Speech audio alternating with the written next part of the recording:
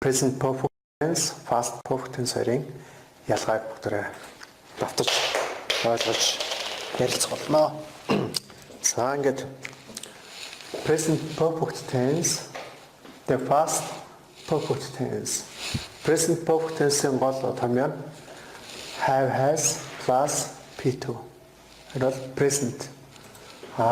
Past perfect tense-ийн томьёо нь had plus P2.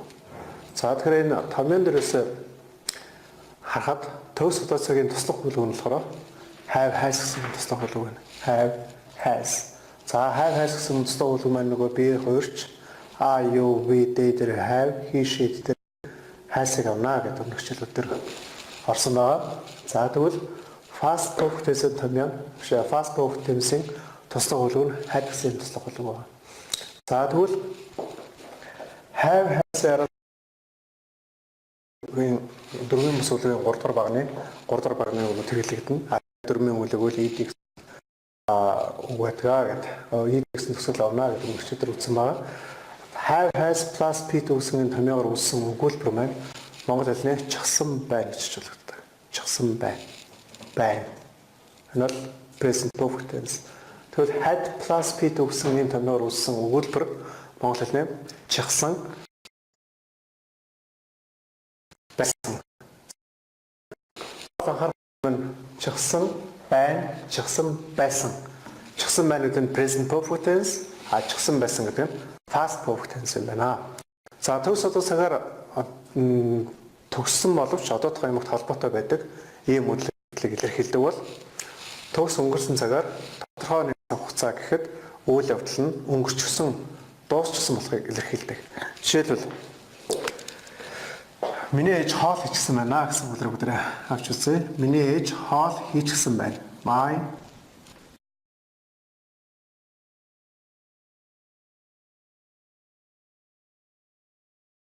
has авчаа. Has дөрмийн үйл учраас cook гэдэг үгийн араас ed гэсэн төсөлд залгаж байгаа. Ингээд present perfect tense маань үүсч байна. За энэ үгтрийг орчуулбал миний ээж хоол хийчихсэн байна. Хоол хийчихсэн байна. За хийсэн хоол нь бэлэн болчихсон. Өөрөлдөл үйл явдал одоо төгсчихсөн, өнгөрчихсөн, дуусчихсан боловч эргээд гоцогтойгоо холбогдож байна гэсэн тасмаг энэ үгтрийг маань хэлж байгаа. За тэгвэл энэ үгтрийг past perfect tense болгоо. Тодорхой цаг хугацаа гэдэг нь орж ирэхтэй. Өөрөлдөл миний ээж 8 цаг гэхэд хоол хийчихсэн байсан. Нөгөө хийчихсэн байна гэсэн өгүүлбэр маань гэсэн past perfect tense руу хуурч байгаа. За тэгэхээр хийчихсэн байна гэдгийн present perfect tense has нь past perfect учраас had гэсэн юм туслах бүлгээр солигдож байгаа. My mother had cooked. За cooked маань дөрмийн үйл учраас хойноо eat гэсэн төсөл залгаж байгаа. За энэ үйлрийг гүйцэтгэж ээж 9 цаг гэхэд хоол хийчихсэн байсан. My mother had cooked 8 цаг гэхэд ишлээ. By 8 o'clock. За My mother had cooked by 8 o'clock. Орчуулбал миний ээж 8 цаг гэхэд хоол хийчихсэн байсан. Хоол хийчихсэн байсан. Шавь. Тэд явчихсан байна. Тэд нар одоо тэнд байхгүй байна. Тэд нар явчихж буюу тэд нар явчихсан байна гэж хэлвэл they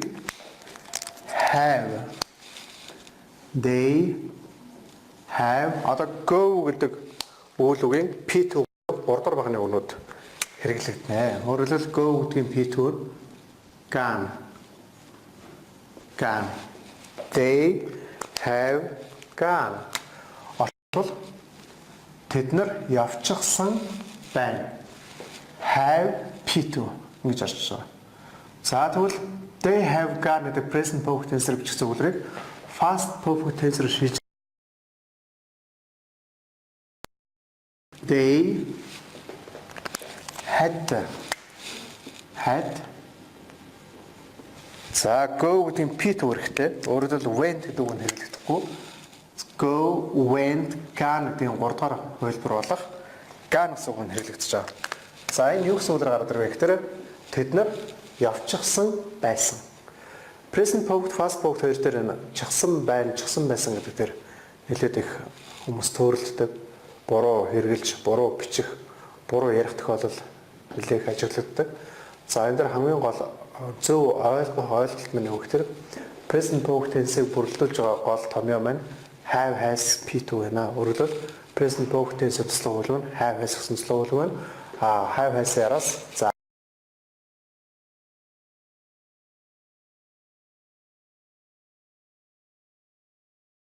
тэгээд энэ have, has гэсэн туслах үйлгаараас заавал P2 гэсэн юм томьёо орж ирнэ. P2 одоо үйл үгийн нөгөө дөрмийн үйл үйл хийдэг гэсэн төгсгөл аваад дөрмийн үйл үйл 3 дахь багнаа гэнэ гэсэн ийм P2 орчих юм бол монгол хэлний чихсан байна гэж болгодож энэ present perfect tense үүсэж байгаа мэнэ гэдгийг анхаарал авах хэрэгтэй. Мөн past perfect ялгаа авахгүй had plus P2 гэсэн ийм томьёогоор үүсвэл энэ бол чихсан байна гэж орчуулагдахгүй чихсан байсан болгодно гэдгийг анхаарал хэрэгтэй.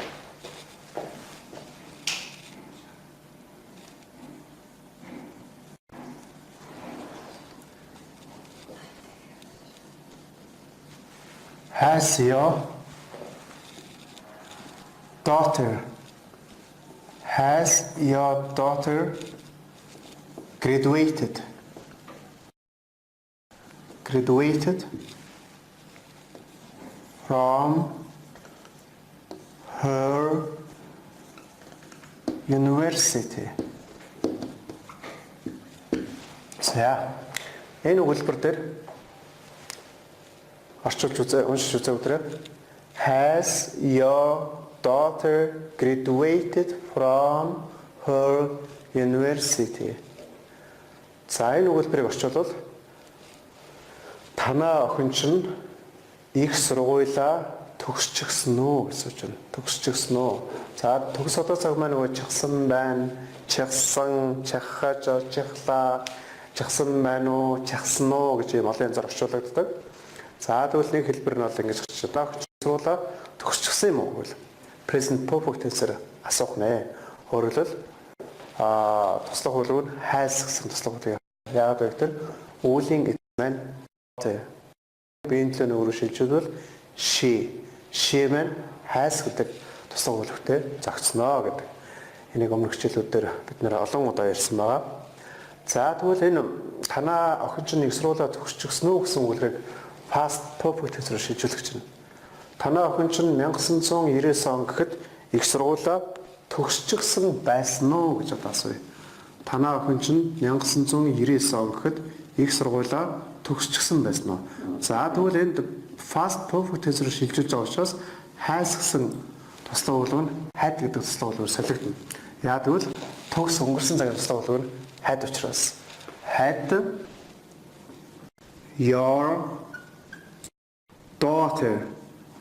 had your daughter одоо төгсчихсөн байсан уу?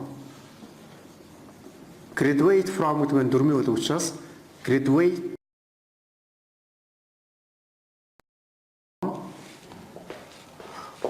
her university одоо 1999 он гэхэд by 1999 Sounds had your daughter graduated from her university by 1999 За тэгэхээр өнгөрсөн тодорхой нэг цаг хугацаа гэдэг нь одоо 1999 он гэдэг нь чинь өнгөрсөн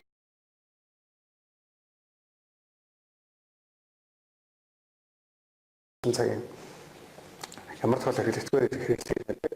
За тэгэхээр 1999 онд их сургуулаа төгсчихсөн байсан уу гэсэн ийм асуулт асууж байна. Энэ болохоор одоо их сургуулаа төгсчихсөн үү гэсэн юм утгаараа. Өөрөлдөл present perfect tense маань үйл явдал өнгөрчихсөн, дуусчихсан, төгсчихсөн боловч байнга одоо цагтаагаа холбогддог бол past perfect tense маань тодорхой нэг цаг хугацааг төгсөөд өнгөрчихсөн, дуусчихсан болохыг илэрхийлдэгээр энэ хоёр цаг маань хоорондоо ялгарч байгаа маа. Тэгэхээр энэ хоёр цагийн ялгааг нь ерөөсөө цагийнхаа нэрнээс нэхлүүлэл бүх юмыг хооронд нь ялгаж салгаж ойлгох хэрэгтэй. Цагийн нэрийн одоо present, past гэдэг хоёрыг ялгарч байна. Мөн томьёо have, has, P2 төгс өнгөрсөн цагийг had plus P2 орчуулга нь бол төгс одоо цагийнх нь чагсан байна. Төгс өнгөрсөн цагийн орчуулга нь чагсан байсан. За туслах үйлдэл нь present perfect tense have, has төгс өнгөрсөн цагийг had. За тэгээд ерөнхий илэрхийлж байгаа утгаараа бас ингэж ялгагдаж байна. Орчуулгатаараа бас ингэж ялгарч байна гэдэг нь бүгдээ сайн мэдээд авах хэрэгтэй. За ингээд угсарсан хэлний төгөлөр дээр бүгдээ жишээ авч үзье. Миний хүү их сургууль төгснөөс хойш 3 ном биччихээд байна. Гол өгүүлбэр нь болохоор present perfect tense дээр бичигдэн гэсэн. Гол өгүүлбэр нь миний хүү их сургуулаа төгснөөс хойш 3 ном биччихээд байна. За тэгвэл гол өгүүлбэрийг present perfect tense дээр бичих юм байна. My son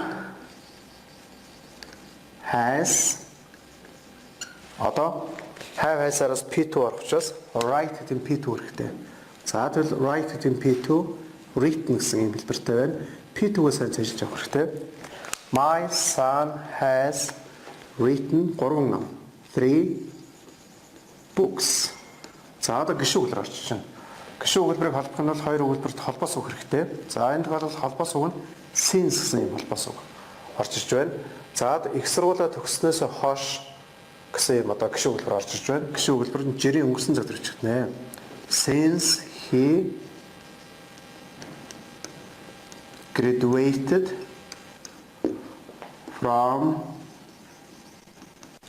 his university. За өгүүлбэр уншаа.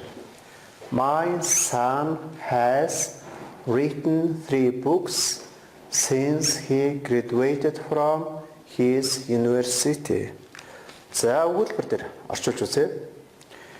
Миний хүү их сургуулаа төгснөөс хойш 3 ном бичгээд байна.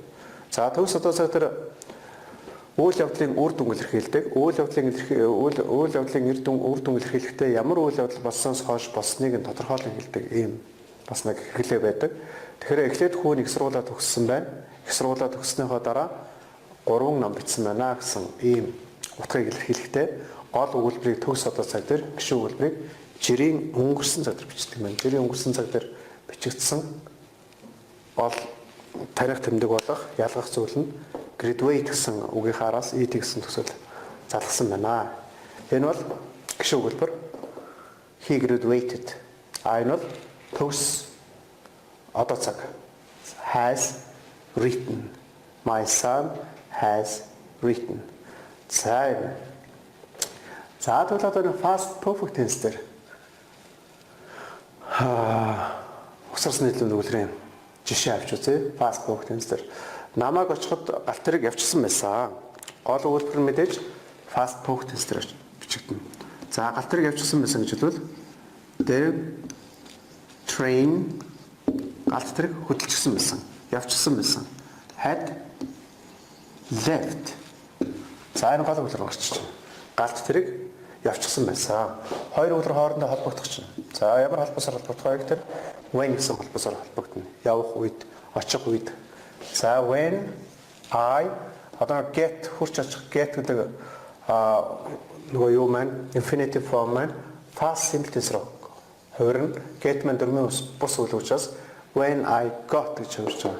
When I got одоо галт тэргийн бодол руу got to the station, train station гэж хэлж болно. За энэ өдөр биш. The train had left when I got to the station.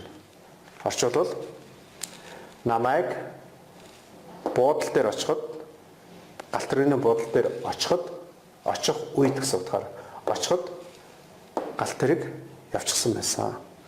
За тэгэхээр Энэ fast perfect tense-ийн энэ өгүүлбэр дээр одоо яг ямар санааг илэрхийлж байгаа юм гэхээр нэг богино үйл явдал болж өнгөрөхөд түүнээс өмнө болж өнгөрчөөд байсан үйл явдал. Өнгөрсөн хичээлээр бас бид нэр энэ дөрвөн талаарт үзсэн байж байгаа.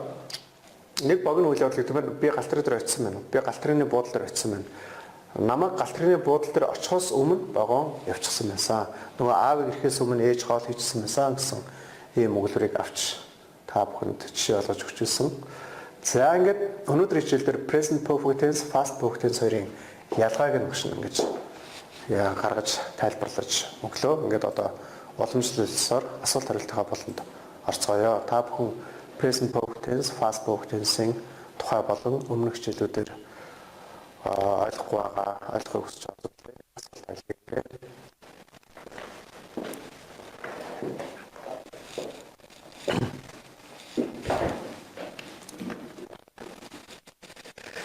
За.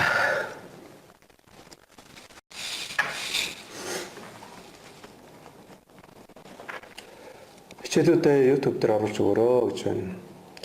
Бүх цагаа заах уу гэсэн асуулт байна. За энэ цагууд маань эхнээсээ заагдаад явж байгаа. Одоо present perfect бүлэг рүү орсон явж байгаа. Дараагийн 7 хоногт бид нар future perfect tense-ийг үзнэ. Тэгээд одоо 10 сарын 5-наас хойш хичээл маань бүрэлдэхүүн явагдана. За мөн хичээл дээр YouTube дээр хичээл дээр YouTube суваг дээр тавьж өгөөч гэсэн ийм хүсэлтүүд ирж байна. Энэ хичээлүүд маань одоо icon segment, сандар хэлэн English language center, сандар хэлэн зайны сургалт гэсэн ийм сувгууд дээр хадгалагдаж үлдэж байгаа. Тэгэхээр энэ газрууд руу орж хандаж та бүхэн өмнөх хичээлүүдээ бүгд ингэ үзэх ийм боломжтой болж байгаа. За өнөөдрийн хичээлийн хувьд бол present perfect tense, past perfect tense гэсэн ийм хоёр цагийн ялгааг нэлээд наривчлалтайгаар тайлбарлалаа. За өгүүлбэрүүдийг present perfect-ээр бичиж present perfect-ээр ч гэсэн өгүүлбэрийг past perfect tense руу хувиргаж present perfect, past perfect tense хоёрын ялгаа энгийн өгүүлбэр болон өгсөрсний өгүүлбэрүүдээр орохоор хэрхэн ялгарх вэ? Гол өгүүлбэр гишүүн өгүүлбэр ямар авах вэ гэдэг ийм хичээлүүдийг өнөөдрийн хичээлдэр заасан байна. За 7 хоногийн 5 дахь өдөр бүрөө гэсэн байна. За баасан гараг болгоны 13 цагаас хичээл явагдаж байгаа. Багшаа таньдаг баярлалаа гэсэн юм үзсэн байна. За олон хүнд болж байгаад танд баярлалаа гэсэн сэтгэл байна. За баярлалаа. Та бүхэн минь хичээлээ сайн үзэж, сайн ойлгох байгаа зүйлээ асууж, ялангуяа энэ баасан гараг болгоны 13 цагаас багштайгаа холбогдож, дор бүрний асуултаа асууж, асуултын хариултыг аваарай. Мөн нөхөж үзэж байгаа тохиолдолд асуух зүйлүүд нь бас асуултуудаа дараагийн хичээл дээрээс нэмж нөхөж асууж, асуултын хариултыг авах боломжтой байгаа шүү гэдэг хэлээ. За ингээд пропозицийн бүлэг рүү, дундчны бүлэг рүү ороход хүмүүсийн асууж байгаа асуулт, ирж байгаа сэтгэлдлүүдээс харахад нэлээд хичээл маань хүндэрч байгаа учраас жоохон ойлгоход хэцүү хүндрэлтэй болж эхэлж байгаа. Яаж би ойлгох вэ гэсэн асуултууд бас олноор орж иж байгаа. За энэ тохиолдолд яг юу та бүхэн анхаарах хэрэгтэй вэ гэхээр өмнөх цагууд дээр бол нөгөө сэтлэлийн цагууд дээр үйл хувирал бол гайгүй байдаг байсан. Perfect цаг ороод ирэхээр нөгөө дөрвөн бүсгүүлийн 3 дугаар багныг зэжлэх бол өөрөөр хэлбэл peak past participle to гэж ирдэг. Өслөлийн 2 дугаар хэлбэр үүлгийн 3 дугаар хувирлыг зэжлэх бол энэ perfect бүлийн цагууд бол нэлээд хэцүү байдаг. Ойлгоход нэлээд хүндрэлтэй байдаг. Тийм учраас та бүхний энэ perfect цаг руу орж байхад хамгийн гол анхаарах зүйл нь юу гэхээр P2 сайн зэжлэх хэрэгтэй. P2 гэдэг маань дөрвийн бус үлгийн 3 дугаар багны өгнүүдийг сайн зэжлэх хэрэгтэй. За тэгээд мөн тэр ED авдаг дөрвийн үйл өгнүүдийг сайн олж бичээд одоо нэг цаасан дээр хамгийн бага нэг 50 дөрвийн үйлөг, нэг цаасан дээр нь 50 дөрвийн бус үлгийг цээжлээд за энэ present perfect, past perfect tense руу хувиргаад perfect-ийн цагууд руу хувиргаад за ямар тохиолдолд одоо жирийн өнгөрсөн цаг дээр 2 дугаар багны өгнө хэрэглэгдээд яагаад 3 дугаар багны үг хэрэглэгдэж байгаа вэ гэсэн энэ ялгаануудыг наривчилсан дөрмийн заалтуудыг их сайн ойлгож авах юм бол энэ попк цагийг ойлгоход бол нэг тийм хүндрэлтэй зүйл байхгүй. Хоёрдугаарт нь тэр попк бүлгийн цагууд яг гол зүйл нь үр дүн илэрхийлж байгаа. За үр дүн илэрхийлэхээс гадна бас тэр хэрэглэнүүдийг маш сайн мэдээд авах хэрэгтэй. Одоо жишээлбэл төгс тасаг тэр нэгдүгээрт нь үйл явдлын үр дүн илэрхийлдэг, хоёрдугаарт нь үйл явдлын үр дүн илэрхийлэхээс гадна одоо нөгөө үйл явдлын үр дүн илэрхийлэхээс гадна дөнгөж цаваас үйл явдлыг илэрхийлдэг. Мөн айл эрт эхэлсэн боловч одоо хүртэл үргэлжлэж байгаа үйл явдлыг илэрхийлдэг. За төгс өнгөрсөн цаг дээр нь болохоор тодорхой нэг цаг хугацаанд болоод өнгөрчихсөн байсан үйл явдлын тухай, илэрхийлдэг гэсэн тийм хэрэглэнүүдийг өмнөх жилүүд дээр бас тэр цаг болгон дээр зааж авсан байж байгаа. Тэр хэрэглэнүүдийг сайн ойлгоод, хэрэглэнүүдийг ойлгосноор яг ямар ч холбогдолтой юм тэр та бүхэн тэр тухайн цагаа ашиглаж ярих, орчуулга хийх, энэ цаг орсон ямарваа нэгэн сэдвийг уншиж ойлгоход өөрөлдөл монголоор ойлгоход та бүхэнд нэлээд их хэрэгтэй шүү гэдэг чинь энэ тушаамд зөвлөе. За баярлалаа гэсэн юм. За та бүхэнд маш их баярлалаа. Ингээд бидний хичээлийг үзэж англи хэлнийхээ мэдлэгийг дэвшлүүлж байгаад мөн бид нартай байх холбоотой байж санал сэтгэлээ илэрхийлж байгаад та бүхэнд баярлж байна. Тэгээд энэ удаагийн хичээлийг энэ хүрээд өндөрлөе. Баасан хүртэл баяртай анхаарал тавьсанд баярлалаа.